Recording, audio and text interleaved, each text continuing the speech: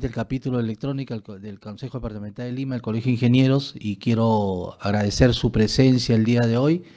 También al Comité de Biomédica, que ha tenido la posibilidad, ya viene un ratito el ingeniero Ilmer Cueva, que se va a quedar para continuar la parte final de esta charla sobre preinstalación de resonador magnético, ¿no? Que es un tema muy interesante que va a permitir poder discernir sobre los temas de la ingeniería biomédica, ¿no?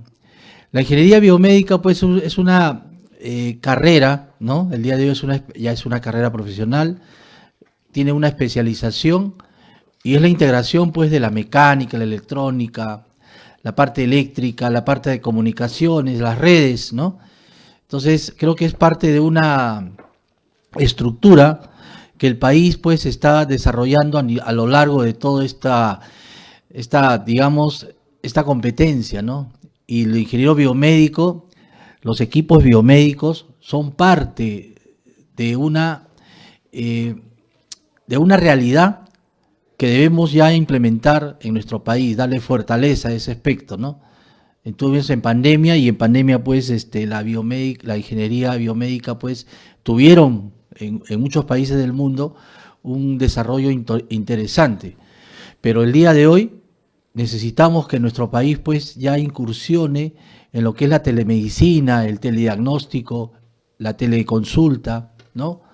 La cual todavía estamos, salvo algunas excepciones, recién estamos empezando, ¿no? Espero que estas charlas sirvan para poder motivar la aplicación de los equipos, la infraestructura biomédica que hay en los hospitales, en las clínicas, las buenas prácticas con relación a la implementación de estos equipos, y agradezco, pues, al ingeniero César Vera por su participación, ¿no? También a la empresa que lo representa, ¿no?, en esta oportunidad. Y lógicamente lo importante es que nuestro capítulo, pues, está apoyando al Comité de Biomédica para que desarrolle una serie de actividades académicas, profesionales, ¿no? Invitarlos también que en el mes de diciembre tenemos nuestro congreso internacional, el CONIET, ¿no?, donde vamos a participar. Actualmente vamos a instalar una mesa de trabajo con la Secretaría de Gobierno Digital de la PCM, en la cual vamos a plantear algunos temas como Smart City, Data Center, también los equipos biomédicos respectivos, y vamos a trabajar en ese aspecto dentro de la política que tiene el capítulo, ¿no? Entonces, agradecerlos a ustedes por su participación, y vamos a dar inicio a esta charla sobre preinstalación de resonador magnético. El ingeniero César Vera Torrejón es ingeniero electrónico, egresado y titulado de la Universidad Nacional de Ingeniería, con más de 27 años de experiencia en equipos de imagenología médica, rayos X, tomografía computarizada y resonancia magnética, ¿no? Recibamos con un fuerte aplauso, por favor, a nuestro ponente.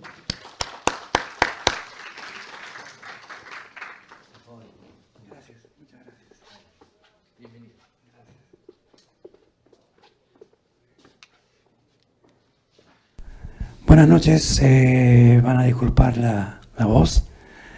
Mi nombre es César Vera, he trabajado muchos años, trabajo en equipos médicos, en equipos de imágenes, desde rayos X, tomografía, resonancia, ecografía y bueno, mucho tiempo. Me han pedido que esta noche hable sobre las consideraciones que tenemos que tener en cuenta para una correcta instalación en resonancia magnética. Yo trabajé muchos años en resonancia, ahora trabajo más en tomografía, pero seguimos en el camino.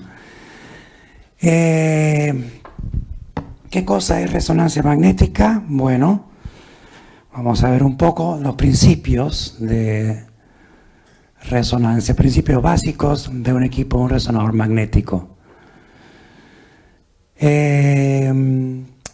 Conceptos previos en los principios básicos. La resonancia magnética se basa en la cantidad de agua que tiene el cuerpo humano, aproximadamente 70%. Aprovechando esta característica y del spin que generan los protones en el núcleo, el spin es inherente en estado básico, sin presencia del campo magnético. El spin de los protones de las moléculas de agua están desordenados. Sin presencia de campo magnético, los spines de nuestras moléculas de agua, los protones andan desordenados, pueden tener una dirección para arriba, para abajo, no hay una dirección uniformizada. Los protones tienen carga eléctrica positiva, están en el núcleo, eso lo conocemos, y como el spin es el giro del protón alrededor de su propio eje. Pero en presencia de un campo magnético B0 aquí, en un imán, dentro de un magneto, el protón comienza a precesar, a dar un movimiento originado por el campo magnético.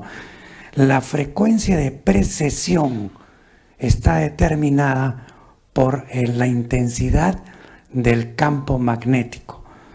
Yo recuerdo fijamente, para 0.5 Tesla, la frecuencia de precesión es de 21.3 MHz. De ahí sacamos todos los múltiplos. Si es de 3 Tesla, lo multiplicamos por 3. Si es de 1.5, perdón, para 1.5 Tesla, que es lo que le explicaba el ingeniero, para mí debería ser la norma, lo multiplicamos por 3. Pero ¿por qué recuerdo vívidamente este número 21.3 MHz?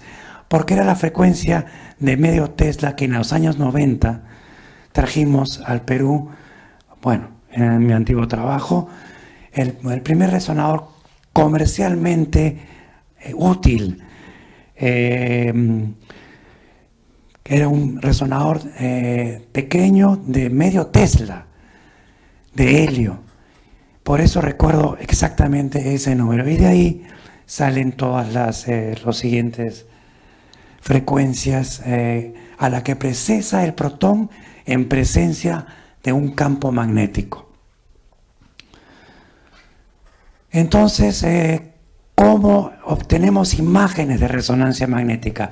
Primero, tenemos que tener un campo magnético fijo y homogéneo. Luego, tenemos que tener un transmisor de impulsos de radiofrecuencia. El cuerpo humano lo insertamos en el magneto y lo sometemos a pulsos de radiofrecuencia y a pulsos de gradiente. ¿Qué cosa es el gradiente?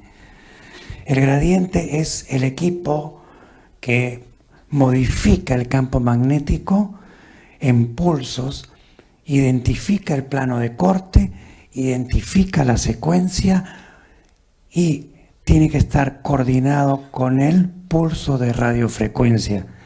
¿Para qué? Para obtener imagen. Si nosotros metemos el cuerpo en el campo magnético y no le hacemos nada, no vamos a obtener imagen. Tenemos que, lo que se escucha en un examen de resonancia magnética es el gradiente, porque el gradiente es el amplificador de gradiente y el gradiente es el que genera los pulsos que primero definen en 3 ejes el espacio o el plano de corte. Conjuntamente con él tiene que dispararse el pulso de radiofrecuencia. Cuando esto ocurre, los átomos cambian específicamente los protones cambian de orientación. Y si nos detenemos, si digamos hacemos solamente un pulso de gradiente, definimos nuestro plano de corte, en ese momento un pulso de RF, ¿qué tenemos que esperar? Si nos detenemos, una señal de respuesta del cuerpo, con solamente un pulso. A ese pulso se le llama Free Induction Decay, FID. Esa respuesta la recibe nuestro espectrómetro, nuestro equipo que capta esa señal, y cuando retiramos la señal de RF, esos átomos que han absorbido esa energía la liberan. Esa energía liberada es recibida por las antenas receptoras, y a partir de las cuales formamos imagen. Con un solo pulso ya tenemos una pequeña señal que es captada, pero realmente, y si ustedes van a un examen de resonancia magnética, o si ustedes son pacientes, el ruido es tremendo. ¿Por qué? Porque el amplificador de gradiente se encarga de emitir pulsos a una velocidad que es audible y genera bastante ruido. Los pulsos de radiofrecuencia no lo vamos a escuchar, pero sí los pulsos de gradiente. Entonces, dos elementos importantes en un examen de resonancia magnética: el gradiente y la radiofrecuencia. Por eso que son los elementos para mí más importantes. De ahí tenemos todo el sistema de recepción. Las antenas receptoras, puede ser una antena de cabeza, puede ser una antena de cuerpo, puede ser para manos, tobillos, una región específica. Pero entonces vamos a ir viendo poco a poco cómo es un equipo de resonancia magnética y por qué tenemos que tener criterios para una instalación. Bueno, estos son la secuencia de un estudio de resonancia. Como les decía, tenemos acá, aquí está. Bueno, en la primera parte los espines están desordenados. En presencia de un campo magnético, los espines se ordenan de acuerdo al campo magnético. Luego hacemos el pulso, el disparo de radiofrecuencia.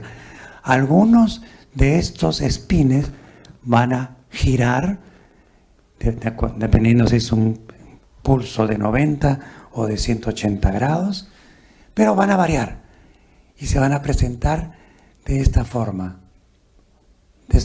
orientados. Paramos el pulso y después de un tiempo obtenemos una respuesta.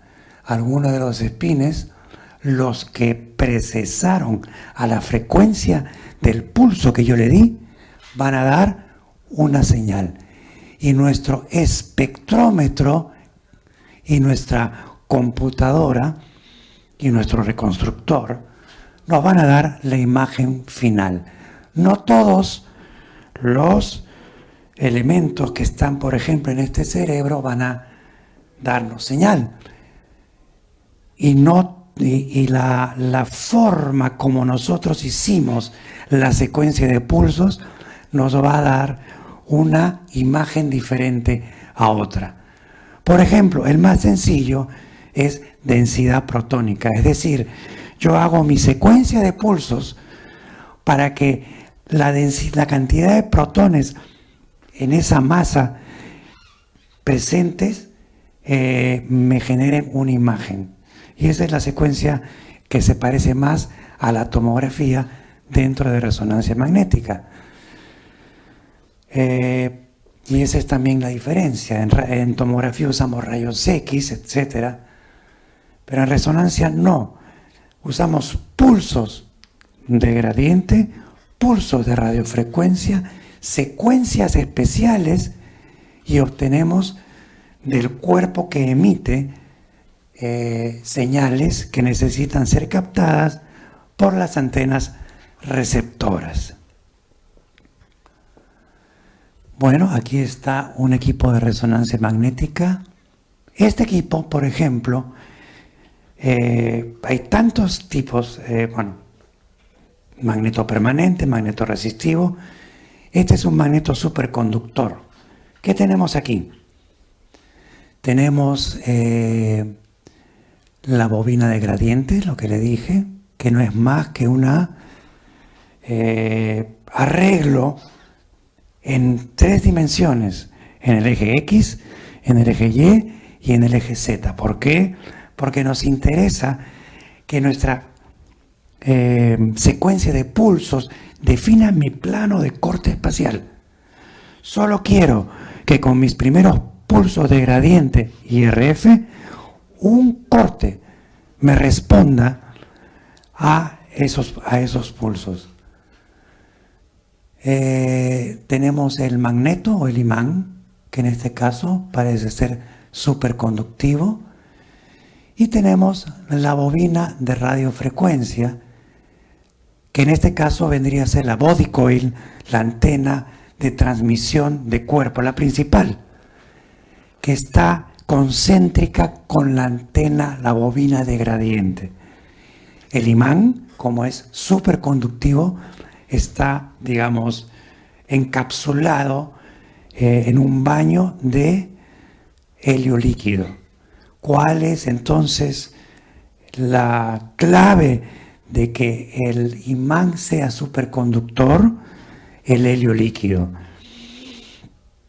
Las bobinas de material superconductor que están dentro de esta magneto están sumergidas en helio líquido. ¿Por qué?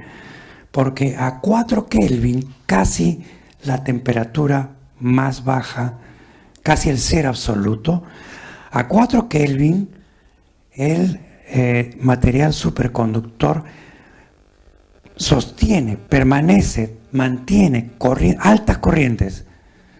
Por ejemplo, para un magneto, bueno, me voy a ir a la historia. El de 0.5, porque lo recuerdo muy bien. El magneto que tuvimos en los 90 en Resomasa era de 0.5 Tesla y teníamos que inyectarle una corriente de 188 amperios. El diseño cambia de acuerdo, después del tiempo, de acuerdo al campo, etc. Para el de 1 Tesla le teníamos que subir a 412 amperios. Bueno, esas corrientes altas solo son posibles de mantenerse en el magneto si tenemos helio líquido, si lo tenemos sumergido en helio líquido. ¿Cómo se hace esto? Durante la instalación colocamos los que llamamos los cachos de alta corriente, positivo, negativo, y una vez que esa corriente ha quedado atrapada dentro del campo magnético, retiramos los cachos y mientras tengamos ese helio presente a cierto nivel y mientras tengamos nuestra cadena de frío para mantener ese helio a 4 Kelvin o menos, tendremos atrapada nuestra corriente. 188 amperios, 400 amperios, es bastante corriente, pero es la que produce el campo magnético central B0, que vimos en el slide anterior. Como les digo, ¿qué cosa es un magneto superconductor? No solamente tiene la corriente atrapada, sino que debe ser un termo, un material, debe estar envuelto en material térmico, porque yo quiero mantener esa temperatura casi del cero absoluto allá adentro, donde están las bobinas que me generan el campo magnético. Para eso tengo etapas. Están al vacío, pero la más interna es donde están las hebras de material superconductor. La más interna está casi al cero absoluto. La siguiente puede estar a 10 Kelvin, por ejemplo, y hay un vacío entre ellas. La siguiente etapa puede estar a 40 Kelvin y mi cabeza de enfriamiento, que no se vea, bueno, sí, aquí está. Mi cabeza de enfriamiento debe ser capaz de mantenerme esas etapas para que yo tenga ese helio líquido en forma líquida y que el superconductor mantenga esa corriente dando vueltas todo el tiempo. Esa es la forma como funciona un magneto superconductivo. Pero hay magnetos, generalmente se asocia, y es verdad, a los magnetos cerrados, como en este caso, ¿no? Un túnel, a los magnetos superconductores. Luego tenemos otro tipo de magnetos, tipo arco en C, que pueden ser magnetos resistivos o magnetos permanentes, donde usas material ferromagnético y usas imanes en serie para obtener dentro de un volumen específico un campo magnético. Pero este es el más tradicional que conocemos, el magneto superconductor. ¿Para qué usamos una jaula de Faraday? Y aquí viene el tema de los principios de resonancia. Yo disparo pulsos de RF y de gradiente, pero la señal que sale del cuerpo es muy débil, muy pequeñita. Por eso es que las antenas receptoras están muy pegadas al miembro. Por ejemplo, la antena de cerebro te puede generar claustrofobia porque parece una escafandra lunar. Y bueno, y encima estás metido en un túnel. Entonces, hay posibilidad de claustrofobia al verte metido. ¿Pero por qué? Queremos que esa pequeñita señal que emite el cuerpo luego del tren de pulsos llegue a la antena, sea decodificada y aparezca en imagen. ¿Cuál es el problema? Que es muy pequeña. Entonces necesitamos una jaula de Faraday, es decir, una estructura de madera y metal, de cobre, puede ser acero, puede ser aluminio, que me independice, me aísle a mi magneto, mi paciente y mi sistema de adquisición del resto del mundo. Para eso se construye una cabina de radiofrecuencia, que es esto de acá, la jaula de Faraday. Como ven, madera, cobre o metal, acero, aluminio, lo que sea necesario para que nosotros podamos instalar dentro de este ambiente nuestro magneto y nuestro sistema de resonancia magnética. ¿Qué queremos con esta jaula de Faraday? Que no haya interferencia de ninguna radiofrecuencia externa, que no se meta ninguna radio, que no se meta ningún celular, que no se meta nadie. Queremos aislarnos del mundo externo, que la radiofrecuencia que nos genera el paciente, que es tan pequeña, no sea perturbada por nadie. Al mismo tiempo, nosotros estamos transmitiendo radiofrecuencia y a potencia considerable, 5 kilowatts, 15 kilowatts. Nuestro amplificador de radiofrecuencia podría fastidiar a la radio del vecino. Entonces, cumple dos funciones. Primero, la más importante, queremos que la imagen no sea perturbada por radiofrecuencia externa. Segundo, no queremos que nuestro transmisor de frecuencia esté perturbando afuera, se quede encapsulado adentro, ¿no? Solo para su propósito, excitar los protones del paciente y recibir su señal. Ese es el objetivo de la jaula de Faraday. Protección de radiofrecuencia. Ojo, no estoy diciendo protección de campo.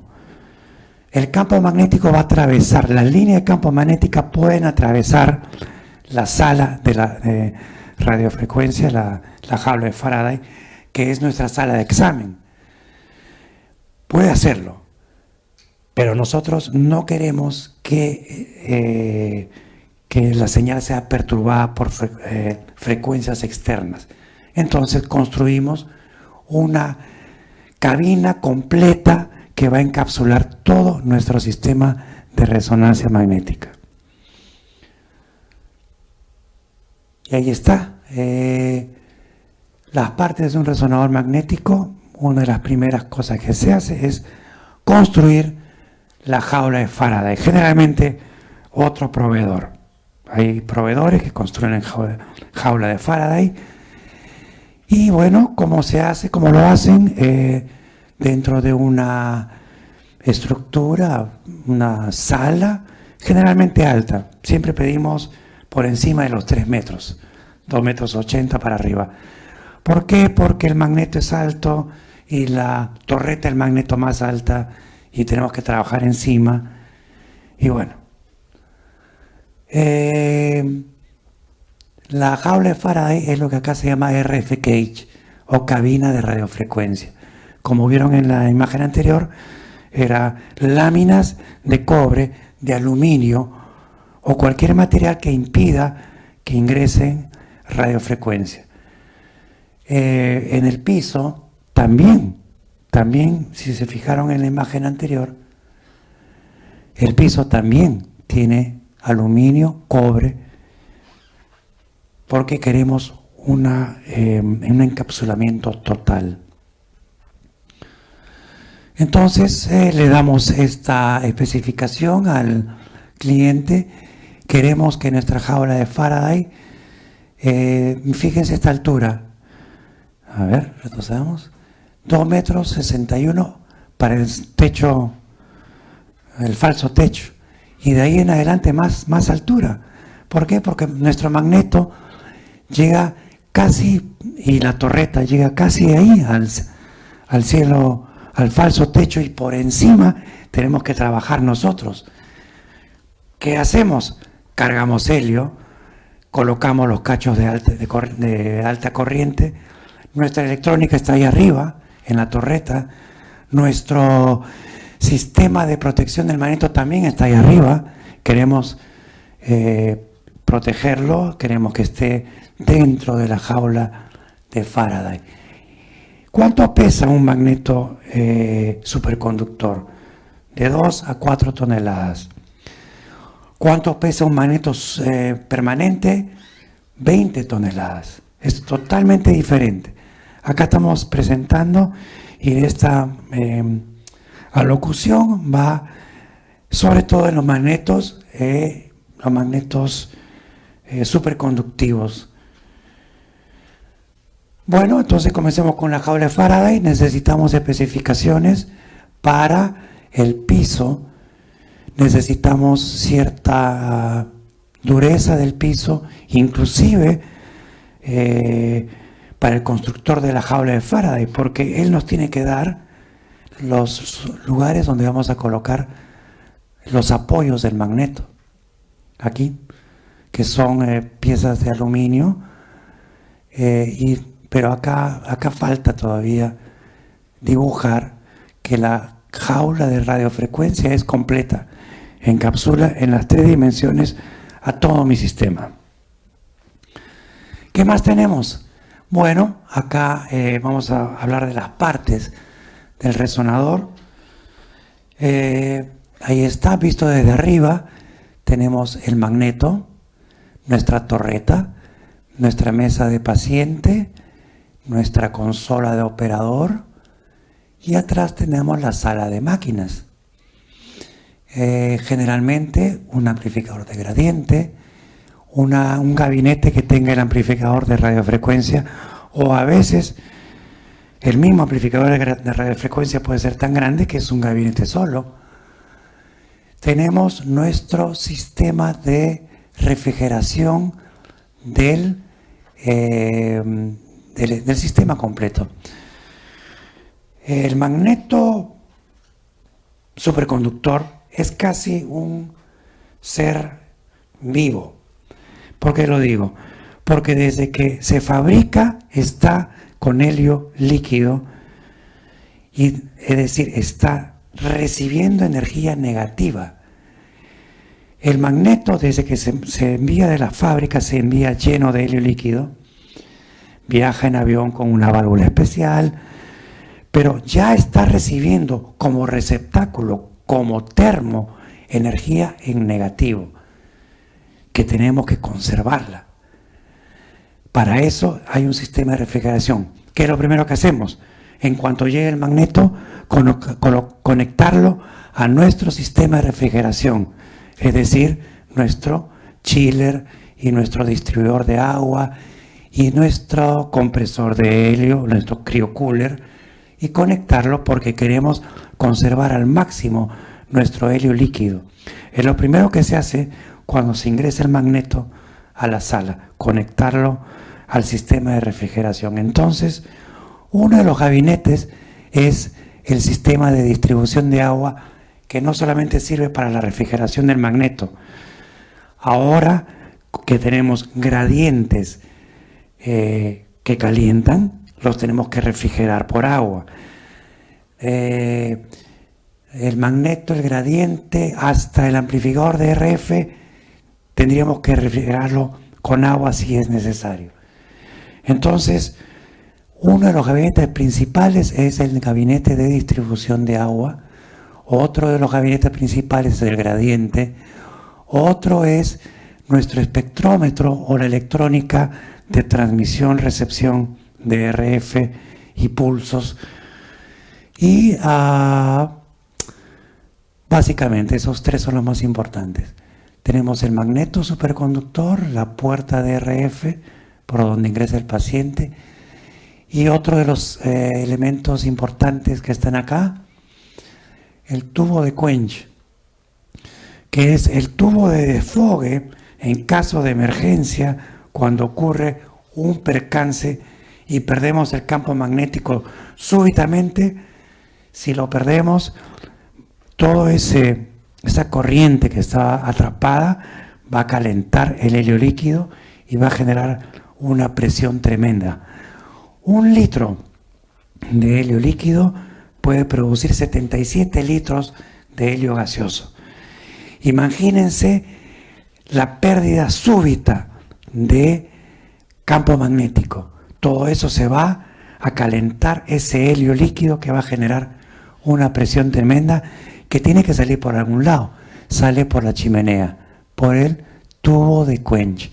Y esto tiene que salir a la calle o adentro del hospital, en una zona segura, y hay toda una técnica para que vamos a verla también, de cómo planificar ese tubo de quench y a dónde debe ir. Entonces, este tubo que se llama tubo de quench es parte importante del equipo de resonancia magnética. Nuestra consola, nuestra computadora, monitor, teclado, mouse. Acá está nuestro jaula de Faraday, bordeando todo el conjunto. Atrás nuestra sala de máquinas, y aquí está el chiller, es decir, el sistema de refrigeración de agua, que va a ser distribuido por nuestro gabinete de distribución de agua. Luego, ¿cómo pasa, si tenemos encapsulado esto, cómo pasamos todos los cables de aquí para acá? Por una sola vía, que se llama el filter box o el panel de penetración de RF. Solamente podemos ingresar eléctricamente a nuestro sistema de resonancia a través de un elemento que se llama el filter box, que va a filtrar todas las señales de entrada y salida a través de un solo panel que va a estar en una de las paredes. Generalmente, en este caso sería la pared posterior, porque los cables de gradiente, los cables de RF, hasta los cables de luz, de iluminación de la sala, tienen que ir filtrados a través de un filtro, de un filtro. Solo queremos que ingresen cables que puedan ser filtrados y que no me dejen ingresar radiofrecuencia a mi sala de magneto. Bueno, ¿qué queremos también? Necesitamos un buen sistema de aire acondicionado, un sistema de precisión de aire acondicionado. Tenemos el ingreso que se distribuye como cualquier sala por el techo, por el falso techo. tenemos también un sistema de extracción, pero tenemos que también tener una grilla acá de ecualización, la que se llama de ecualización. ¿Por qué? Porque yo estoy ingresando a una sala completamente cerrada, aire frío, y necesito que ese aire se extraiga. Es posible que tengas también un extractor de aire dentro de tu sistema. Pero además, quiero que cada vez que tú abras la puerta de RF o la cierres, no estés sintiendo la presión del aire acondicionado, porque tú estás inyectando aire frío. Tiene que haber una rejilla de ecualización. Y tiene que ser parte de la jaula de Faraday, porque esta rejilla no es cualquiera. Para pasar de un lado a otro de la jaula de Faraday, solamente puedo utilizar los agujeros que me están permitidos. Y eso es parte de la planificación de una instalación. A ver, parte de eso es, bueno, el aire acondicionado, que lo veíamos acá. Uy, perdón, retrocedemos un par. Y bueno, esta rejilla nos permite la ecualización, es decir, que no haya sobrepresión dentro de la sala ni baja presión. Que a la hora que yo abra mi puerta, esta me permita pase de aire sin que yo tenga que forzarme. Bueno, entonces estamos hablando de la preparación del sitio, estamos hablando de la jaula de Faraday, estamos hablando de el aire acondicionado especializado, estamos hablando de que todo lo que entra y sale a la jaula, a la sala de exámenes, tiene que ser a través del filter box o de el panel de conexiones. Ahora viene la planificación del sistema de enfriamiento, el tubo de enfriamiento, el ingreso del magneto y las distancias respecto a los demás objetos ferromagnéticos. Vamos a ver poco a poco. Entonces, recomendaciones para la preinstalación. Preparamos el sitio. Para el diseño de los planos de instalación requerimos la siguiente información que nos tiene que dar el cliente. La posición donde quiere el magneto, primer piso, segundo piso, sótano. Las dimensiones de la sala asignada. Ya vimos que por lo menos necesitamos más de 2,80 metros de altura y hasta 3 metros para abarcar nuestro magneto. Tenemos que definir la ruta por la que va a ingresar el magneto. Tenemos que definir la posición del tubo de quench, el tubo de descarga de helio gaseoso en caso de emergencia. Y tenemos que ubicar el sistema de enfriamiento de agua fría, el chiller. El chiller es sumamente importante.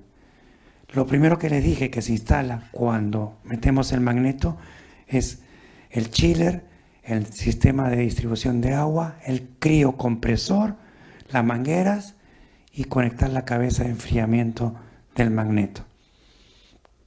Por eso es sumamente importante el chiller. ¿Qué cosa es el chiller?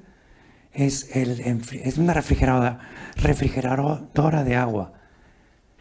Si el hospital tuviera un sistema de agua fría, magnífico, se conecta, pero generalmente no lo tiene.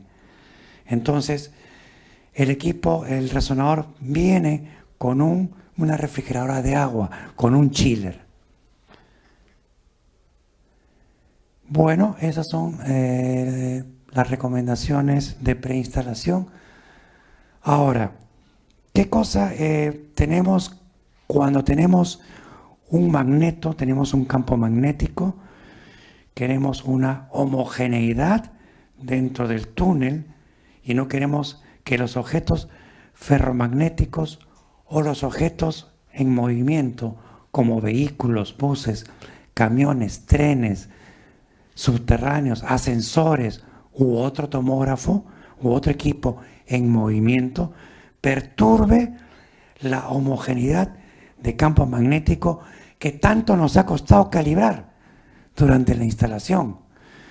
Es decir, durante instalación, primero colocamos el magneto, lo conectamos al sistema de enfriamiento, luego hacemos calibraciones dentro de ellas, una de las más importantes que se llama shimming, que es homogeneizar el campo magnético en el lugar donde vamos a colocar al paciente.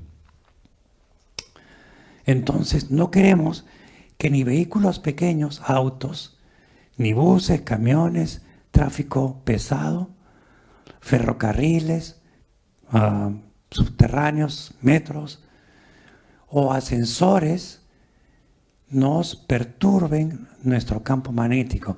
¿Por qué? Porque lamentablemente, lo vamos a ver ahora, logramos homogeneizar el campo magnético en una pequeña esfera, digamos de 60 centímetros de diámetro. Esa es la esfera donde podemos hacer exámenes al paciente. Pero las líneas de campo magnético salen fuera incluso fuera de la sala controlada de paciente. Entonces, esas líneas pueden ser perturbadas por objetos ferromagnéticos en movimiento. Autos, buses, camiones, ferrocarriles, ascensores, etc. Por eso es que generalmente el equipo de resonancia magnética se instala en la zona más tranquila del hospital. Por ejemplo, en el Hospital del Niño tenemos un resonador de 3 Tesla. Se instaló en la parte posterior, pero las líneas de campo magnético salían por detrás de la sala. Entonces se le dijo al cliente, bueno, o construyen una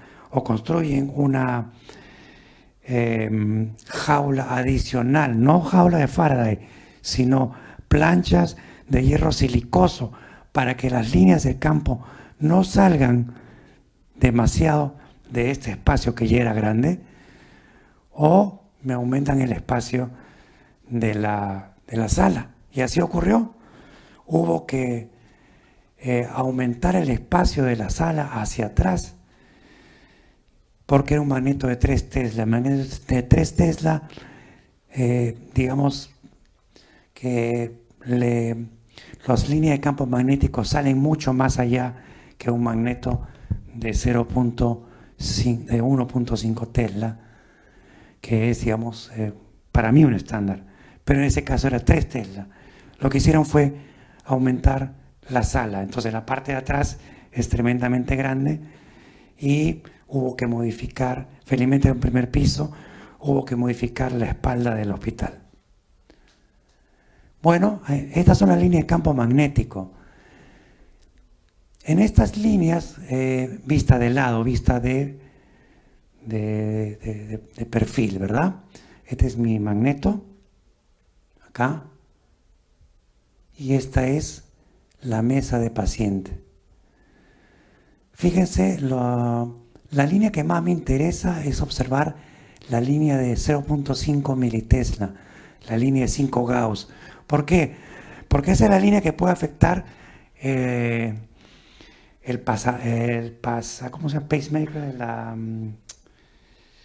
marcapasos, exactamente. Si una persona tiene un marcapaso y pasa por la línea de 0.5 militesla, le puede afectar. Y no queremos eso. Queremos que esa línea de 0.5 militesla que está por acá, de 5 militesla, perdón, no de 0.5, de 5 militesla, esa línea esté dentro de mi zona controlada. Este es un magneto de 1.5 Tesla. Pero fíjense hasta dónde van las siguientes líneas. Hasta 5 metros. Las siguientes líneas. La que me interesa es esta de acá, la de 5 militesla. Quiero que esté dentro de mi sala de examen, dentro de mi jaula de Faraday.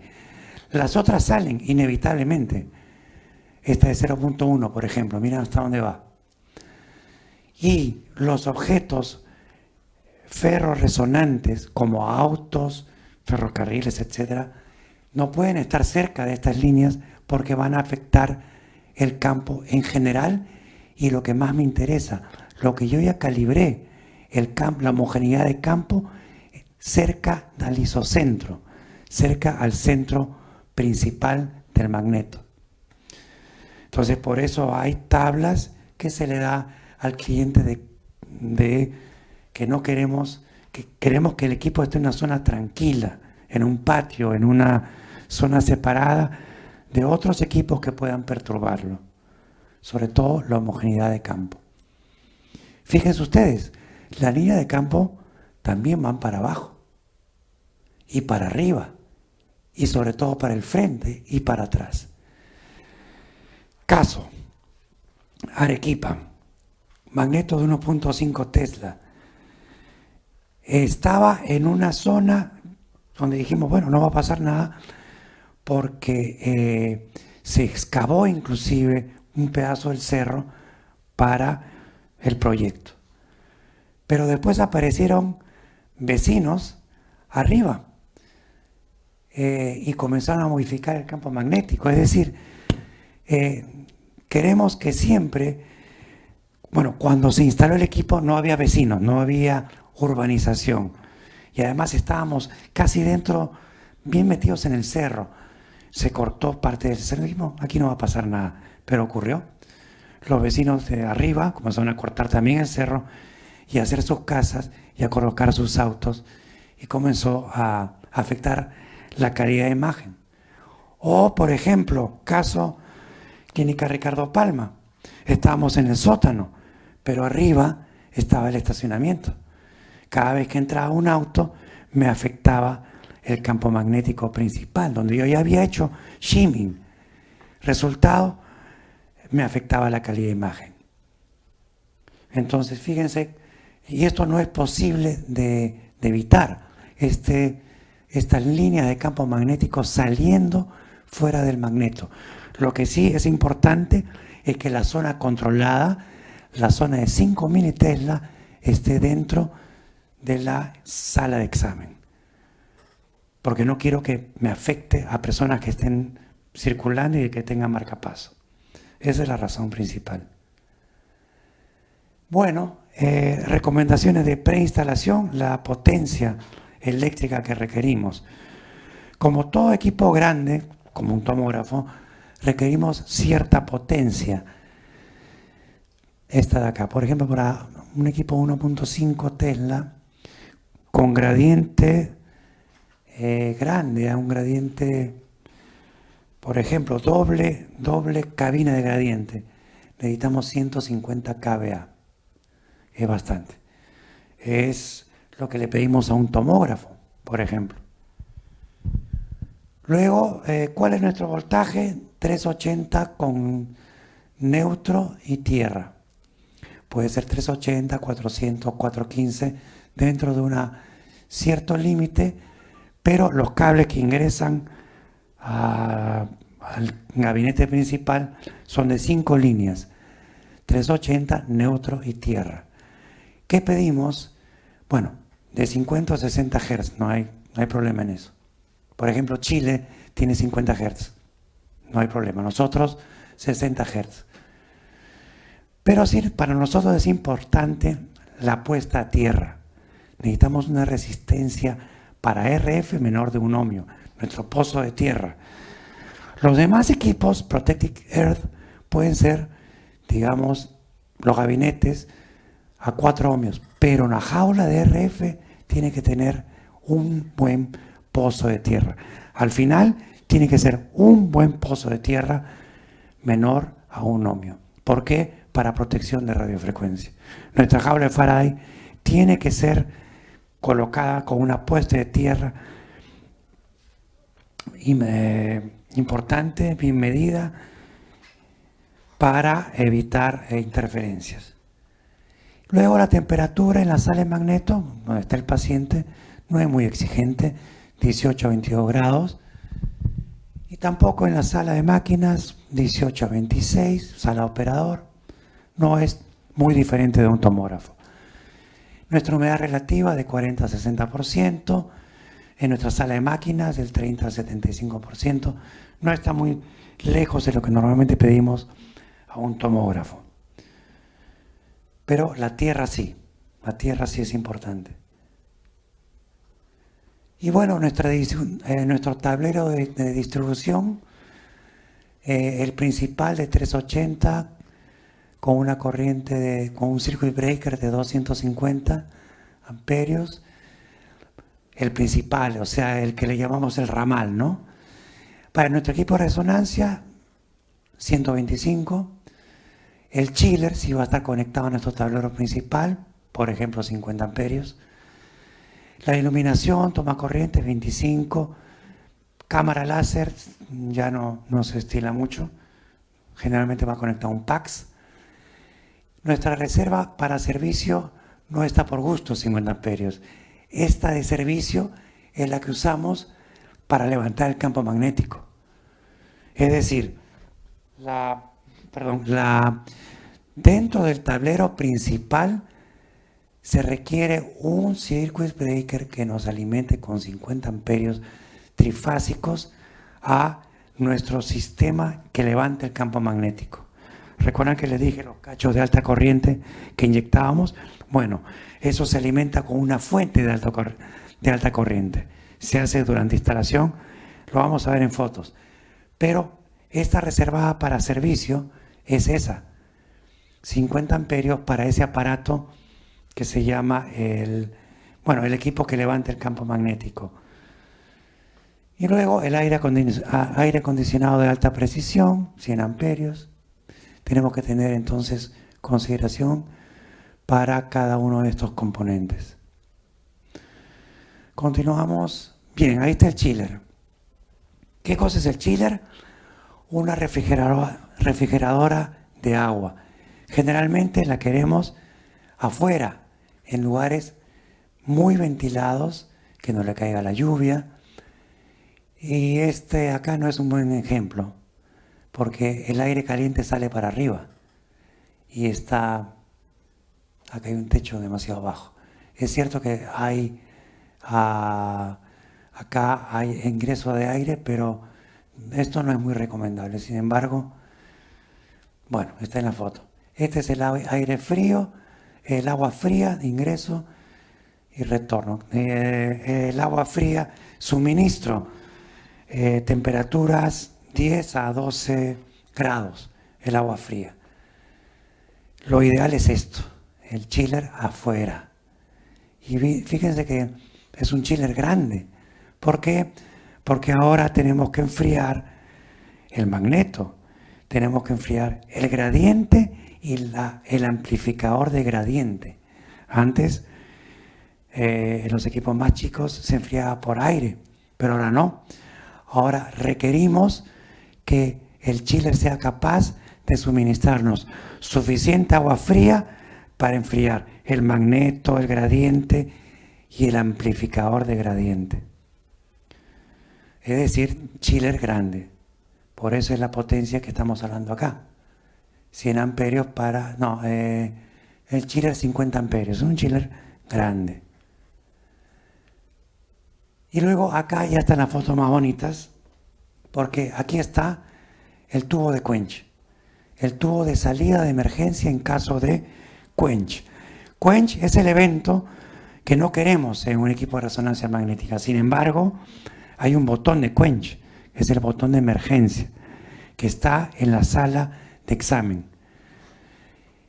¿Qué es el quench? Es la pérdida rápida, súbita del campo magnético que nos va a generar una alta presión, que nos va a generar un escape muy fuerte de helio gaseoso y que tiene que salir por la chimenea principal del equipo, este de acá, tubo de quench.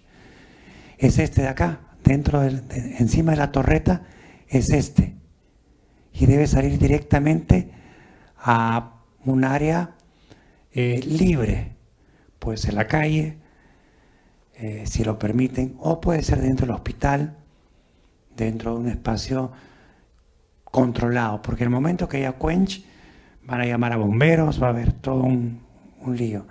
Y a veces el quench no es provocado por el equipo en sí, sino porque alguien apretó el botón de quench. Y el botón de quench está limitado solamente para casos de emergencia, pero esa emergencia no siempre está especificada. El botón de quench debe ser apretado cuando hay una persona que quedó atrapada contra el magneto, ya sea por una cama que no debió entrar, una cama magnética, por un balón de oxígeno que no debió entrar, y hay alguien atrapado contra el magnético y peligra su vida o la del paciente. En ese caso, no hay otra forma que liberar el campo apretando el botón de quench, pero solo en esos casos. El problema es que muchas personas que no conocen de resonancia magnética y se asustan porque la aspiradora o la lustradora o una mesa o una mesa de paciente que quedó atrapada en el campo magnético, pero que no está apretando a nadie, quedó atrapada y se asustan y ya apretan el botón de quench. Y eso es peligroso, porque más que peligroso es costoso. Se libera rápidamente el campo magnético, pero también consumes todo el helio líquido que tienes dentro de tu magneto, y tu magneto puede quedar inservible si es que no viene servicio técnico a ver la emergencia, por qué ocurrió y qué es lo que ocurre. Cuando aprietas el botón de quench sale todo el helio líquido, se convierte en gas, sale por esta chimenea, pero después del evento, si nadie avisó, que una vez ocurrió, el magneto absorbe aire y ese aire se convierte en hielo dentro del magneto y es muy probable que tu magneto no vuelva a funcionar más. Entonces, ¿qué es lo que ocurre cuando ocurre este evento quench? Llamar inmediatamente a servicio técnico, porque nosotros tenemos que venir a tapar la válvula que permitió el escape de ese helio gaseoso para que una vez terminado el evento, la presión, el magneto no absorba aire y no ingrese aire al magneto. Ese aire se convierte en hielo muy fuertemente y es capaz de estropear el magneto. Es decir, el quench es un evento no deseado, ni por el operador, ni por el fabricante, ni por el hospital. Nadie quiere ese evento. Pero existe y tenemos que asegurarnos de que todo ese gas salga a un lugar fuera de la sala de examen, fuera de la sala de paciente. Bueno, acá estas fotos son interesantes porque me muestran la torreta de servicio. Este es el cabezal de enfriamiento, que es el que tiene el sonido característico, clon, clon, clon, como un motor. Sí es un motor, pero es un motor de compresión y descompresión de helio líquido, helio gaseoso de alta pureza. Esta es una refrigeradora, sí, pero no es una refrigeradora común. Se le llama cryocooler y utiliza helio gaseoso como refrigerante. No usa otro tipo de refrigerante. Este cabezal de motor es un motor que tiene una secuencia que es con un sonido típico, clonk, clonk, clonk. Va a un compresor que está en la sala de máquinas. Ese compresor es enfriado por el chiller, por el sistema de agua fría. Entonces, ¿cuál es el sistema de enfriamiento del magneto? El chiller que está afuera, el compresor que está en la sala de máquinas, que se llama compresor cryocooler, no es cualquier compresor, que hace accionar este cabezal de enfriamiento que por dentro del magneto tiene contacto con las capas más frías del magneto. ¿Recuerdan que les dije al principio? Si yo tengo el helio líquido máximo entre 0 y 4 Kelvin. De ahí vienen etapas de vacío a 10 Kelvin, 40 Kelvin. Este es el cabezal que se encarga de enfriar esas etapas. con lo cual minimizamos la evaporación de helio líquido. Si minimizamos la evaporación de helio líquido, vamos a tener nuestras hebras de alta corriente sumergidas siempre en helio líquido y vamos a tener en funcionamiento nuestro sistema superconductor. Entonces, importante el sonido característico nada más, aprender el sonido característico que tiene este sistema. Es un chic, chic, chic, chic, chic, chic, todo el tiempo, 24 horas al día, 7 días a la semana, 360 días al año, porque es el sistema de enfriamiento del magneto. ¿Qué tenemos acá en esta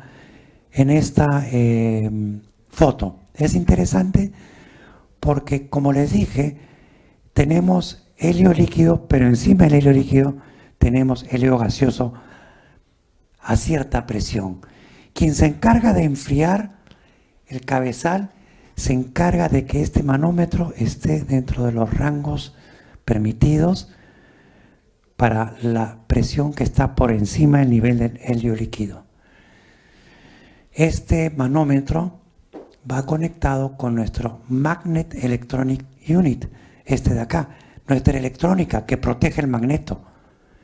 Este está en la parte de arriba del magneto y acá podemos medir nuestro helio líquido sin necesidad de que todo el sistema esté conectado. Es decir, en un almacén podemos tener, y así lo hemos hecho,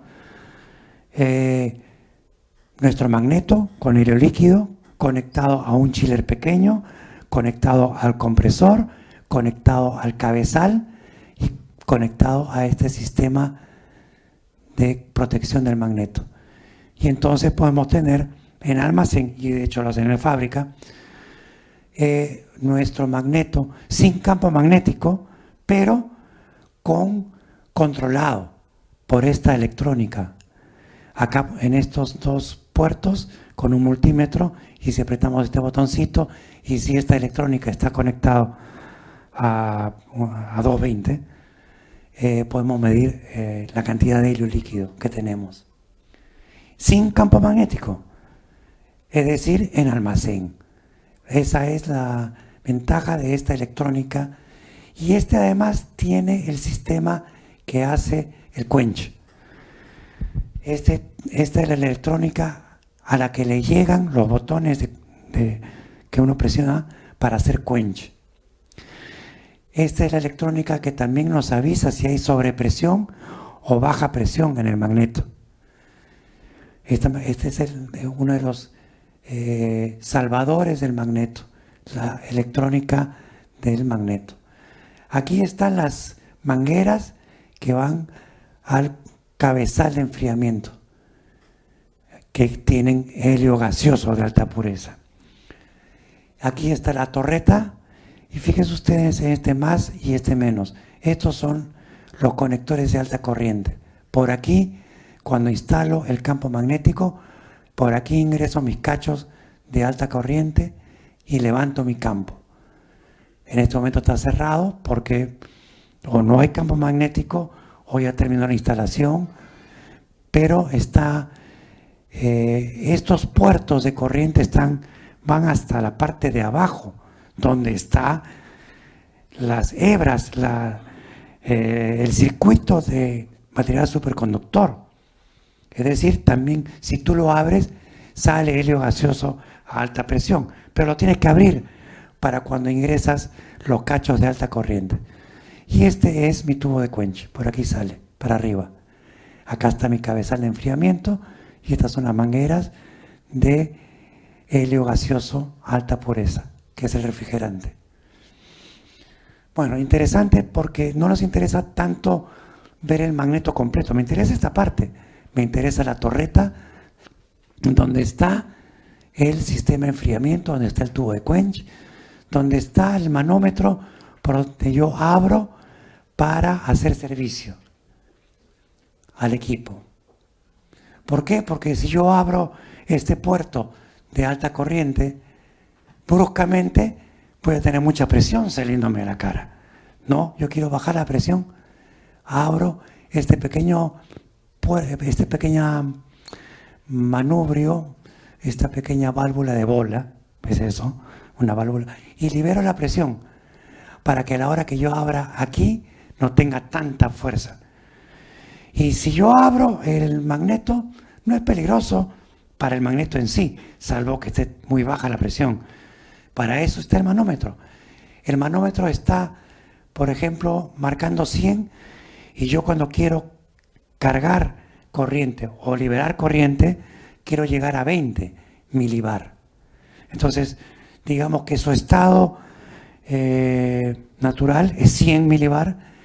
Yo quiero hacer servicio, quiero bajar la presión del magneto a 20, a 30, que ya no me va a soplar mucho helio gaseoso en estos lugares y puedo insertar con seguridad mis cachos de alta corriente. Es parte del servicio, pues ese es lo interesante. Bueno, pero ese es el servicio del resonador. Ahora hablemos nuevamente de la preinstalación, del ingreso del magneto, de cómo se carga el magneto, de cómo debe llevarse el magneto. El magneto viene así, en una caja. Perdón, ya no tiene batería, ya está, en una caja. Con una paleta, unos agujeros y un agujero en la parte de arriba para que uno pueda ver si se ha congelado la torreta, si está accesible el Magnet Electronic Unit, si puedo conectar esa unidad electrónica a 220 para medir cuánto helio líquido tengo cuando llegó mi magneto al almacén o al hospital. Entonces es una caja que permite acceso al magneto por arriba. No hay campo magnético. El magneto llegó con helio líquido, pero sin campo magnético. Es un magneto superconductor. Pero obviamente tiene que tener la señalética de que tenemos helio líquido en el interior, que puede generar helio gaseoso. Que el helio gaseoso, si está en un lugar cerrado, va a ir sacando el aire, que puede ahogar a una persona. Sí, es peligroso. Está normado, tiene normas. Y por eso no puede subir un magneto a un avión con pasajeros. Porque si se escapa por alguna razón demasiado helio gaseoso, puede desplazar el aire y puede haber sofocación, que es lo que puede ocurrir inclusive en una sala cuando ocurre un quench. Cuando ocurre un quench, si alguien apretó el botón o si fue espontáneo, todos debemos salir y esperar que termine el quench, porque todo el gas sale por la chimenea, pero también puede salir un poco de gas por las junturas, por los O-rings del tubo, y puede llenarse la sala de gas, helio gaseoso, y puede irme llenando de helio gaseoso y puede ser peligroso a las personas que están ahí adentro. Bueno, aquí está entonces cómo puedes transportar un magneto, 4 toneladas con un montacargas, por arriba o por abajo, por su parihuela. Por arriba con una grúa también. Y luego cuando ya vamos a instalar, le colocamos estas ruedas. Estamos hablando de un magneto superconductor, 4 toneladas, 3, 4 toneladas. Estas ruedas están diseñadas para ser jaladas por varias personas, pero que puedas hacerlas ingresar a la sala del magneto sin romper el piso, que no queremos romper el piso. Porque fíjense, aquí está el cobre, aquí hay madera.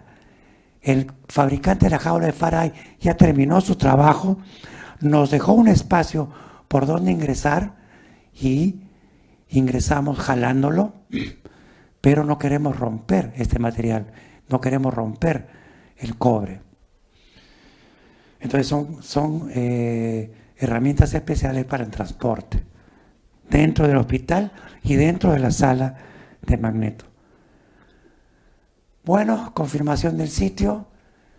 ¿Cuándo vamos a comenzar una instalación? Se hace un checklist. Cuando la sala está concluida y las aberturas en los muros están listos cuando la plataforma del chiller, que no es más que un pedestal, está lista, y la plataforma, el piso para el magneto también está concluido, el suministro eléctrico disponible. ¿Por qué? Porque quiero corriente para mi chiller, quiero corriente para mi compresor y quiero corriente para medir cuánto helio líquido tengo en mi magneto cuando llegó. Pozo a tierra inmediatamente, la bandeja para los cables.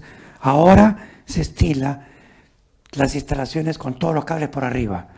Ahora vamos a ver unas fotos. La bandeja para los cables lista, el sistema de aire acondicionado instalado. ¿Por qué? Porque si durante la manipulación del magneto se escapa helio, yo quiero que el aire acondicionado que esté en funcionamiento tenga su extractor en funcionamiento y me saque todo ese vapor helado de helio gaseoso. Quiero, por seguridad mía, por seguridad de todos, durante la instalación, le pido a mi cliente, tenga usted su aire acondicionado funcionando. Va a ser un tema de seguridad para todos. Sistema, suministro de agua y drenaje. Eso es para el chiller, no necesariamente, porque el chiller yo lo lleno con agua destilada. Y bueno, puedo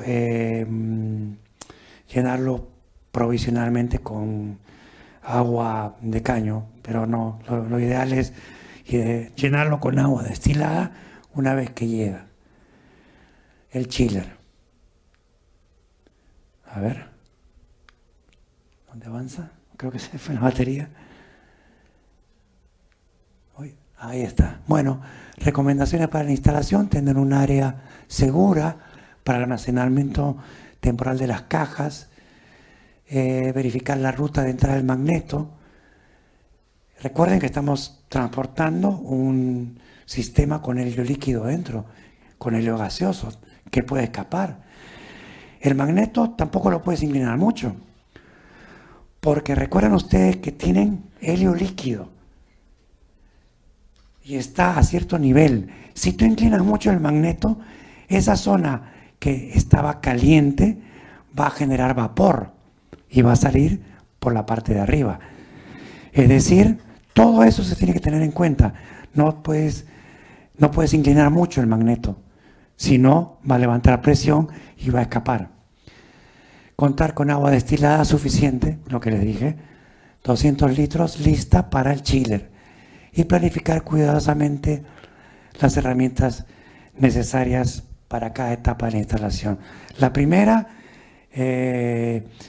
son las herramientas para conectar el cabezal al compresor y el compresor al chiller.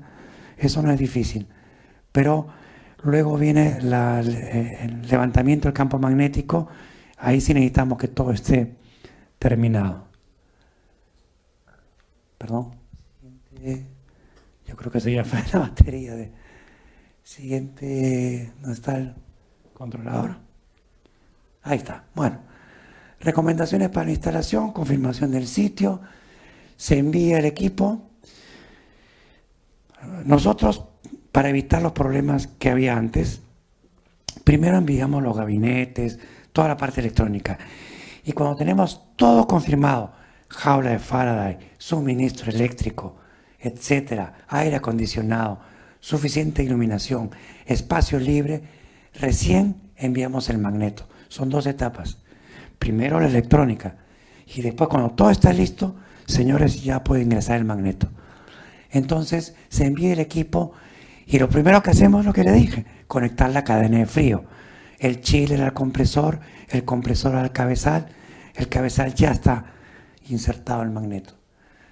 Montaje del sistema. Ahora sí. Montaje del sistema. Ya ingresé mi magneto, ya tengo mis gabinetes en la sala de máquinas, ya tengo mi sistema de refrigeración, el chiller funcionando. Estoy tranquilo. Ya puedo dormir en la noche porque sé que mi sistema de refrigeración va a mantener mi magneto seguro. Ya le quité la válvula de transporte. Ese es lo primero: montar la cadena de frío y todo el sistema. Luego el ramping up, esa herramienta que levanta la alta corriente en los cachos de alta corriente que les mencioné al principio, se llama Ramping Up Unit. Antiguamente venía con cada equipo, ahora no. Ahora viene en un sistema de maletas, es transportable, lo traemos al sitio, lo enchufamos al sistema trifásico que ya reservamos con anterioridad, 380, y bueno, hacemos el proceso de levantamiento del campo. ¿Qué hacemos? Lo que les dije, bajamos un poco la presión del magneto, conectamos los cachos de alta corriente, verificamos que el contacto sea bueno y comenzamos la inyección de alta corriente. No la vas a hacer rápido, por eso se llama rampeo. Es un proceso lento que puede demorar 2 a 3 horas. Levantamos el campo magnético. Cuando nuestro campo magnético ya está a la corriente que nos da la frecuencia de resonancia en ese magneto, hacemos el ajuste fino de corriente y frecuencia de resonancia, terminamos la elevación del campo, sacamos nuestros cachos de alta y felicidad. Nuestro campo magnético, nuestra corriente que genera el campo magnético ya quedó atrapada en el magneto. Hemos terminado una parte importante, ya tenemos campo magnético. Y como tenemos campo, ya nuestra zona controlada tiene que estar eso, que nadie entre con herramientas ferromagnéticas, que nadie venga con aspiradoras. No, ya nuestra zona debe estar demarcada. Nadie ingresa a la sala de examen cuando ya tenemos el campo magnético. Luego de eso ya pasamos a la siguiente etapa, que es el shimming o la homogeneización del campo magnético. Vieron ustedes que el magneto tiene líneas de campo saliendo afuera. Es decir, los objetos ferromagnéticos que estuvieron en el momento de la instalación van a afectar al campo magnético en la zona de 60 centímetros de diámetro del isocentro. Es decir, la zona del field of view donde yo hago imagen, donde yo quiero homogeneidad de campo. Pues, ¿cómo es la homogeneidad de campo? Colocando fierritos alrededor del túnel con un sistema computarizado que me indica qué tanto fierro silicoso, no es cualquier fierro. Son láminas de fierro silicoso que van a jalar un poco el campo magnético por acá, otro poco por allá.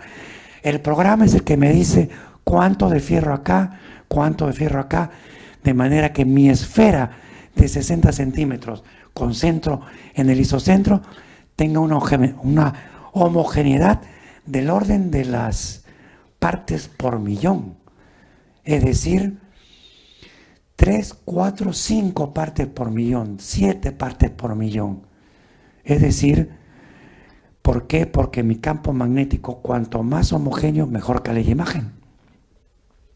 Eso es lo que yo quiero, calidad de imagen. Y la logro desde el primer día que yo calibro mi magneto. Pero si después de 2 o 3 años el vecino me colocó un gimnasio al costado con fierro, o me colocó un taller con fresadoras, y tú ves que tu calidad de imagen bajó, pues te malograron el campo magnético. Y fue el vecino. Y no es tu culpa. Bueno, ya eso viene en los contratos, ¿verdad? Si alguien perturba el campo magnético durante la vida del contrato y yo tengo que volver a hacer shimming, bueno, para eso que queremos que nuestro magneto esté en una zona donde no venga un vecino a colocarnos un taller de metalmecánica. Si no, estoy en un hospital y quiero que esté una zona controlada por lo menos durante algún tiempo, algunos años, y que no me cambien los alrededores del magneto para que no tenga que hacer shimming, porque es un proceso complicado, largo y costoso. Bueno, Pruebas y configuraciones. Una vez que yo tengo homogeneizado el campo, ya puedo comenzar a colocar un phantom, es decir, un envase con agua para comenzar a dispararle pulsos de RF, pulsos de gradiente y obtener imagen. Ya puedo captar de ese phantom la frecuencia central, la frecuencia de resonancia y comenzar a calibrar el sistema. No solamente es la frecuencia de resonancia, tengo que también hacer las calibraciones de cuánto afectan los pulsos de gradiente a los metales que están cerca de mi sitio de instalación para yo poder subir o bajar los pulsos o modificarlos de manera que no me afecte mi calidad de imagen. Esa es una calibración que no recuerdo el nombre ahorita, pero es una calibración de gradiente. Luego tengo que probar mis antenas. Tienen que mis antenas estar perfectamente calibradas a la frecuencia de resonancia. Y luego el entrenamiento al personal y ya en la entrega del equipo. Bueno, recomendaciones para la instalación. Ahí está la sala, las aberturas, el magneto ya terminado. Esta es la herramienta para colocar el gradiente, la bobina de gradiente, que se coloca dentro del túnel, dentro del magnet bore, así se llama. Dentro de ese gradiente está la bobina de transmisión principal, la body coil, que es la bobina transmisora. Y bueno, ahí está nuestro gabinete. Fíjense arriba, ya, todo es por arriba, todo es por arriba. No hay conexiones casi por abajo. Todas las conexiones son por arriba, incluyendo nuestra gabinete que controla el agua refrigerada. Esta es una foto interesante porque ya inclusive el de la jaula de Faraday no ha terminado su piso. Sin embargo, ya mi magneto está ingresado y fíjese una escoba. Todavía no estamos terminando. Todavía tenemos cables que en esta primera foto. Tenemos cables que conectar, etcétera. Pero ya estamos dentro de la sala de magneto, dentro de la jaula de Faraday, que ya está correctamente terminada con su falso techo, con sus luminarias y sus paredes. Bueno, acá tenemos más fotos del proceso de instalación. Colocamos la mesa y acá está el proceso, en esta segunda foto, el proceso de ramping up. Arriba, en la torreta, ya están insertados los cachos de corriente. Acá están los cables, los naranjas.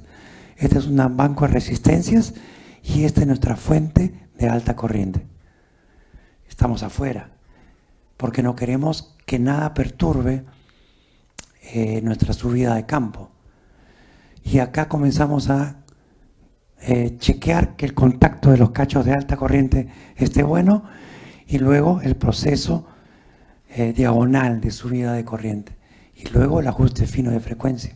Acá ajustamos la frecuencia de resonancia final. Obviamente con pulsos o sea, ya tiene que estar funcionando nuestro gradiente, nuestro amplificador de RF, nuestros gabinetes.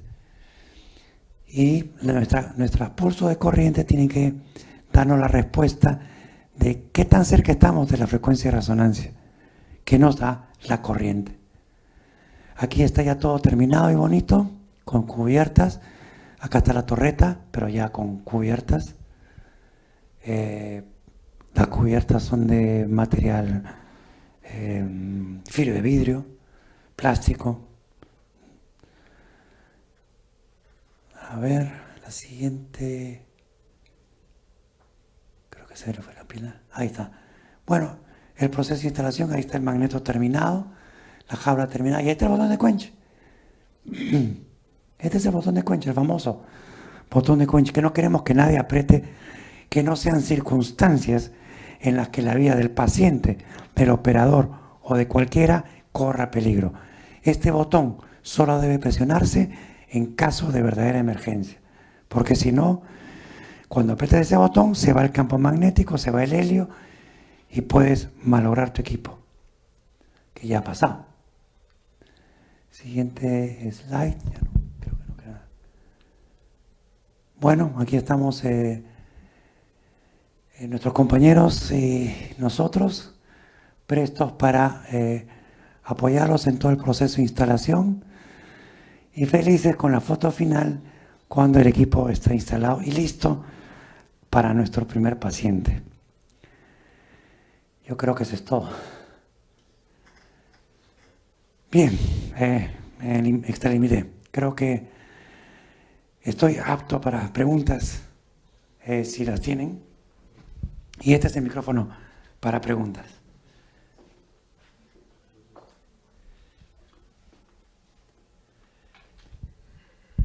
Gracias.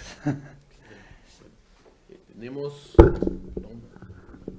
a continuación unos 15 minutos para preguntas al ingeniero César Vera. Alguien que nos ayude con el micrófono. El ingeniero Vera desde acá puede responder. El ingeniero que nos ayude con el micrófono. Si hubiera alguna pregunta. ¿Una preguntita por ahí? ¿Ahí? ¿No? Sí, ok. Atrás también había unas preguntas. Dígame. ¿Se escucha? Sí. Come la voz. Okay. Buenas noches. Quería hacer una pregunta con respecto a los resonadores de 1.5 teslas y de 3 teslas. Las ventajas y desventajas de uno y de otro, si nos podía explicar. Ya, el problema es que a 3 Tesla hay mayor susceptibilidad a movimientos. Por ejemplo, un magneto de 3 Tesla no te hace una buena imagen de abdomen. Pero un magneto de 3 Tesla te puede hacer exámenes precisos de neuro. Depende para lo que esté destinado al hospital. Por ejemplo, 3 Tesla, perfecto para medicina del deporte.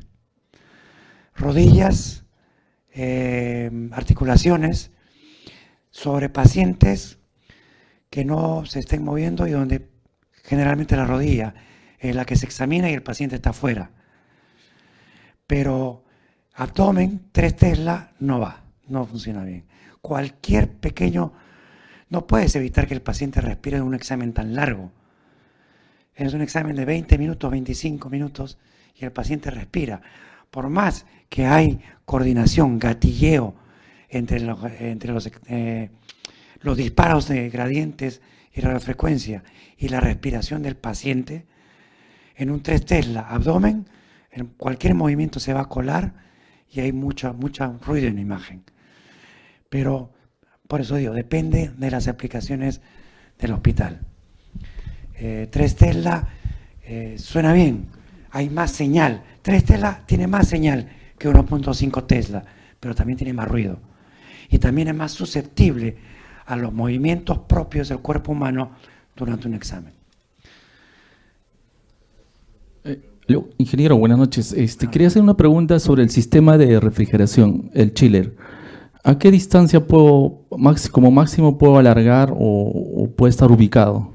Ya, buena pregunta. De fábrica ya viene una cantidad, estuvo una diapositiva pero en letras pequeñas. El tema es la presión de agua. Nosotros queremos buena presión de agua entrando en la sala de examen, en la sala donde están los gabinetes, donde está el gabinete que distribuye el agua. Si tú colocas el chile muy lejos va a bajar la presión y probablemente requieras una bomba extra.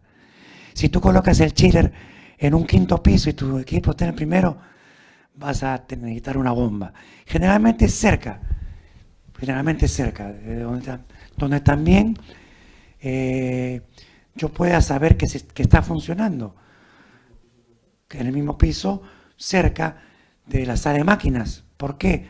Porque si por alguna razón el operador escucha que se acabó el movimiento típico del cabezal, lo primero que se le ocurriría es ir a ver si el chiller está funcionando. O sea que el chiller tiene que estar relativamente cerca a la sala de máquinas. Y si está muy lejos, vas a bajar la presión. Y si baja la presión, vas a requerir un equipo, una bomba extra. Entonces, generalmente en el mismo patio cercano al donde está la resonancia. Y lo más importante, ventilado. El chiller requiere ventilación, aire, porque el chiller es una refrigeradora, requiere aire, aire libre, aire a temperatura ambiente, para que bote, para que su sistema de refrigeración bote el agua, aire caliente hacia arriba y yo absorba, el air chiller absorba aire suficientemente capaz para enfriar el agua. O sea, respuesta no muy lejos. Ingeniero César, muy buenas noches. Felicitarlo por su exposición. Tenía una consulta en relación, ¿cuán recomendable sería utilizar un doble chiller para la instalación de un resonador magnético, ya sea 1.5 o 3 teslas? Gracias. No, puede ser un chiller de emergencia, pero si el hospital tiene su sistema de agua fría, podría ser, pero realmente no se estila, no se usa un doble chiller. El chiller, al principio, en los magnetos antiguos, donde solo se enfriaba el compresor y el nada más, compresor cryocooler, eran chillers pequeños. Pero ya los que hemos visto en la figura son chillers grandes que enfrían el magneto, enfrían el gradiente y enfrían el amplificador de gradiente. En realidad basta con un solo chiller. Podría ser un segundo chiller de emergencia si es que falla el primer chiller y yo quiero solamente un chiller pequeño para el magneto. Podría ser, pero solamente en ese caso. Un chiller que me enfríe solamente el compresor que enfríe el magneto, pero nada más en ese caso, no está previsto. Es un solo chiller para todo el equipo. Es más, así se vende el equipo, se vende con el equipo, con el chiller adecuado para proveer de suficiente agua fría. Pero obviamente es un equipo térmico y se puede malograr. Podría ser tener en stock o tener a la mano un chiller pequeño de emergencia para el compresor, mientras el chiller grande se malogró y no puedo hacer pacientes, obviamente. Pero puedo salvar mi magneto, que es el objetivo. No puede estar muchos días apagado el chiller. Muchas horas tampoco, 8 horas. Yo estaría nervioso más de 8 horas, porque levanta presión. Si no enfrías, el magneto levanta presión. Entonces, si viene el de servicio de chiller, bueno, haz tu trabajo, pero en 8 horas no. O me pones un chiller pequeño para mi magneto, mientras tú haces tu trabajo de repararme o de hacerme el mantenimiento al chiller. Pero cuidado, no son muchas horas. El chiller 24 horas. Porque está tu magneto, está tu helio líquido, tu magneto, que es la parte esencial de una resonancia magnética. Todo el tiempo tiene que funcionar el chiller. Podría ser ese caso solamente, un chiller de emergencia pequeño para cuando se malogre el principal. Buenas noches. Con respecto a la sala magneto, ¿es necesario contar con una sala de central de datos con servidores? Gracias. ¿La sala de magneto? No, o en la sala de máquinas, o en la sala de consola. La sala de máquinas, más bien, disculpe. Claro, en la sala de máquinas no hay computación, no hay parte computacional. En la consola está la computadora principal que puede conectarse a la red del hospital, DICOM. O sea, que se conecta a la red del hospital por un cable Ethernet vía DICOM. Y ahí se conecta al PACS del hospital. Pero puede ser, también se vende al cliente una estación de trabajo, que es, pero más que todo para trabajar imágenes terminadas, ¿no? Imágenes terminadas. Pero para entregar imágenes al hospital basta con la salida DICOM, que es a través de un cable Ethernet. Entonces, no, el equipo solamente entrega DICOM en las imágenes al sistema, al PACS en el hospital, que es lo que se estila en este momento, ¿no? Y no tiene que estar cerca de la... Lo que puede estar cerca es la estación de trabajo, donde un médico puede, mientras el operador está atendiendo otros pacientes, hacer otras reconstrucciones sobre imágenes terminadas que él envíe en la consola, ¿no? Una estación de trabajo. Pero más que todo es para el médico. La parte computacional, el PACS, ya el hospital lo debe tener como principal, ¿no? Yo lo que hablaba el ingeniero, o sea, ahora los hospitales ya se están teniendo centralizado todo en imágenes digitales. Entonces, el resonador te entrega imágenes DICOM a una velocidad, de la velocidad de Ethernet, pero ya el PACS se encarga del resto, ¿no? El PACS del hospital. Buenas noches, ingeniero. Tenía una consulta, no sé si lo mencionó al inicio de la exposición, pero más o menos ¿cuánto tiempo tarda todo el proceso de instalación desde que se prepara el ambiente donde se va propiamente dicho instalar el resonador hasta su uso? En teoría y según el manual, 3 semanas.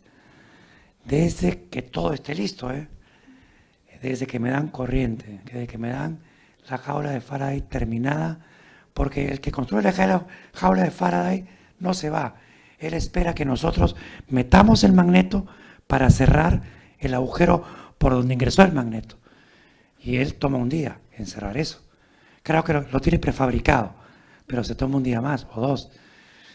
Pero si tenemos todo, electricidad, aire acondicionado, el de la jaula terminó rápido su apertura, me hace la demostración, porque el de la jaula de Faraday tiene que hacerme mediciones. Transmite un transmisor por dentro y un receptor por fuera, y tiene que haber una atenuación de cerca de 100 decibeles, es bastante, o sea, que no me perturbe nada, que no haya perturbaciones externas que me ingresen a mi sala de magneto. Pero en teoría y en general, 3 semanas. Entiendo, muchas gracias. Una consulta más.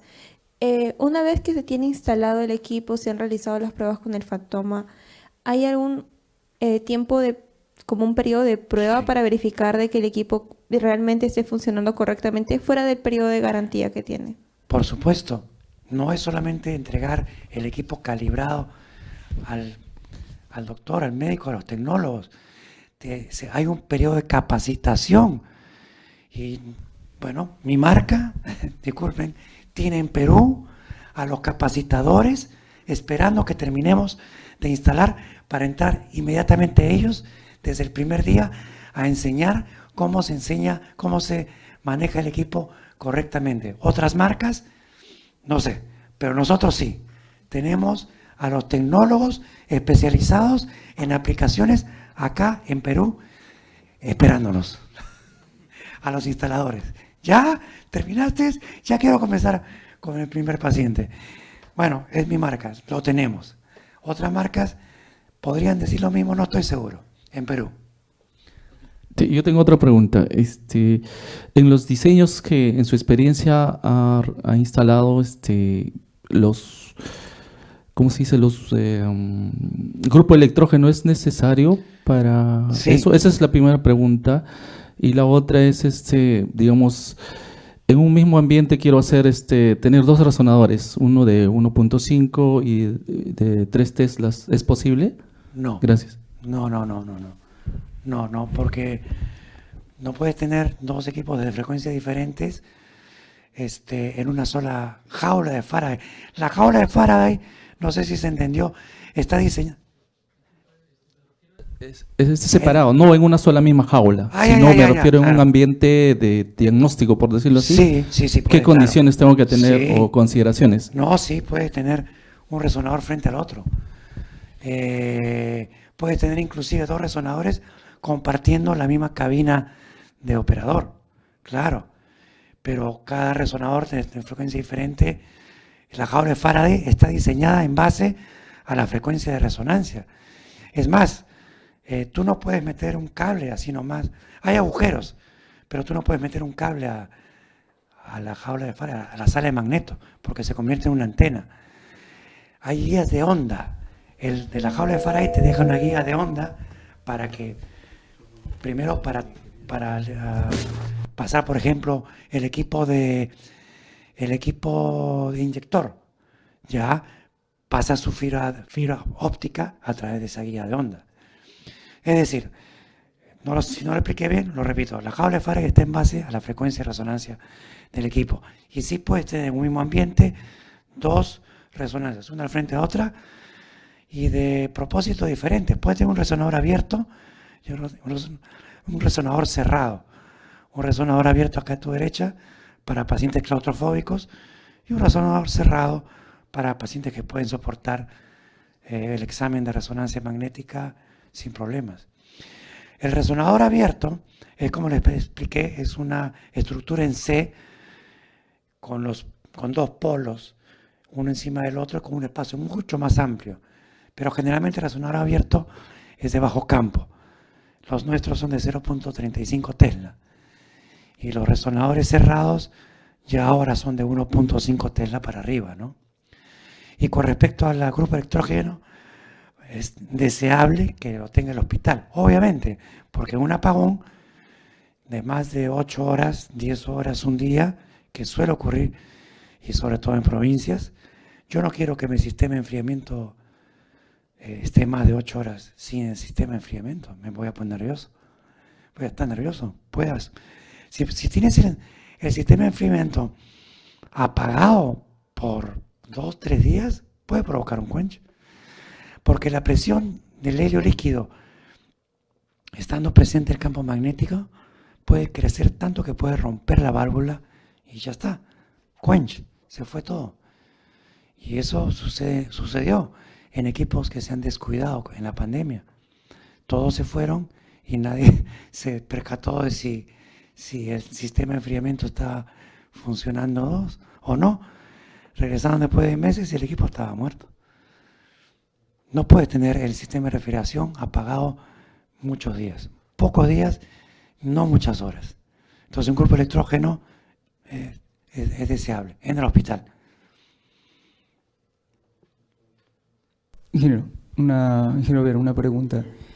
Bueno, cuando los pacientes se toman su prueba de resonancia magnética, esos resultados son almacenados en el PACS. Mi pregunta es, ¿cuánto me ocupa en megabytes una imagen de resonancia magnética de un paciente? Es una imagen DICOM, no es más diferente que una de tomografía. La imagen terminada de paciente es una imagen DICOM. 40 megas, una imagen. En tomografía tiene cientos de imágenes por paciente, que son imágenes DICOM. La norma es DICOM, porque el DICOM es un streaming de cabeza, cola o sea, es un protocolo. El DICOM es un protocolo, no hay diferencia entre una imagen de resonancia o de tomografía. La diferencia está en la cantidad. En tomografía son cientos de imágenes por paciente. En resonancia son mucho menos. 30, 40, 50, mucho menos. O sea, pero la norma es DICOM, es una sola. Y va al PACS, ¿no? Se conecta al PACS y el PACS ya se encarga de almacenar. Bueno, viste que ya no hay más preguntas. Queremos agradecerle al ingeniero César Vera por su brillante exposición en un tema tan importante en el campo biomédico como es la preinstalación de un sistema de resonancia magnética.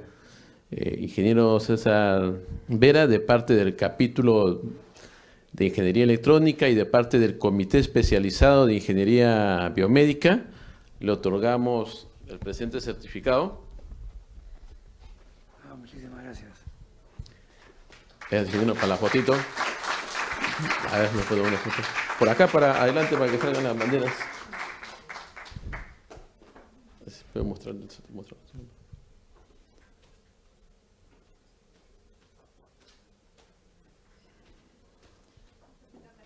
A ver. Con el ingeniero.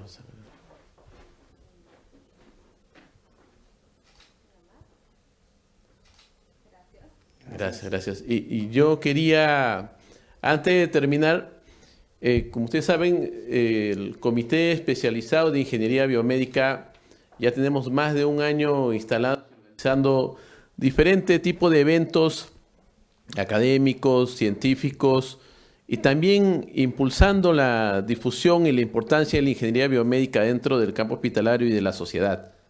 Esta labor la hacemos ad honorem y les agradecemos su participación en este importante evento y seguiremos realizando más eventos y los seguiremos difundiendo en la página del capítulo de Ingeniería Electrónica del Colegio de Ingenieros. En esta oportunidad quiero reconocer y agradecer a nuestro colega de la directiva, el ingeniero Carlos Meléndez, que él ha sido el organizador de esta capacitación y de la anterior capacitación también que hubo de manera virtual sobre la resonancia magnética.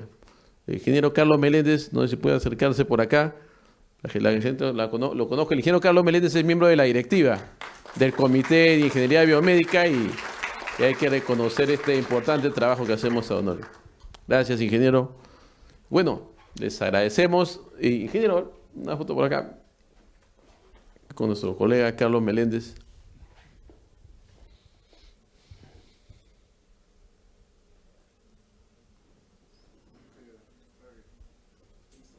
Gracias.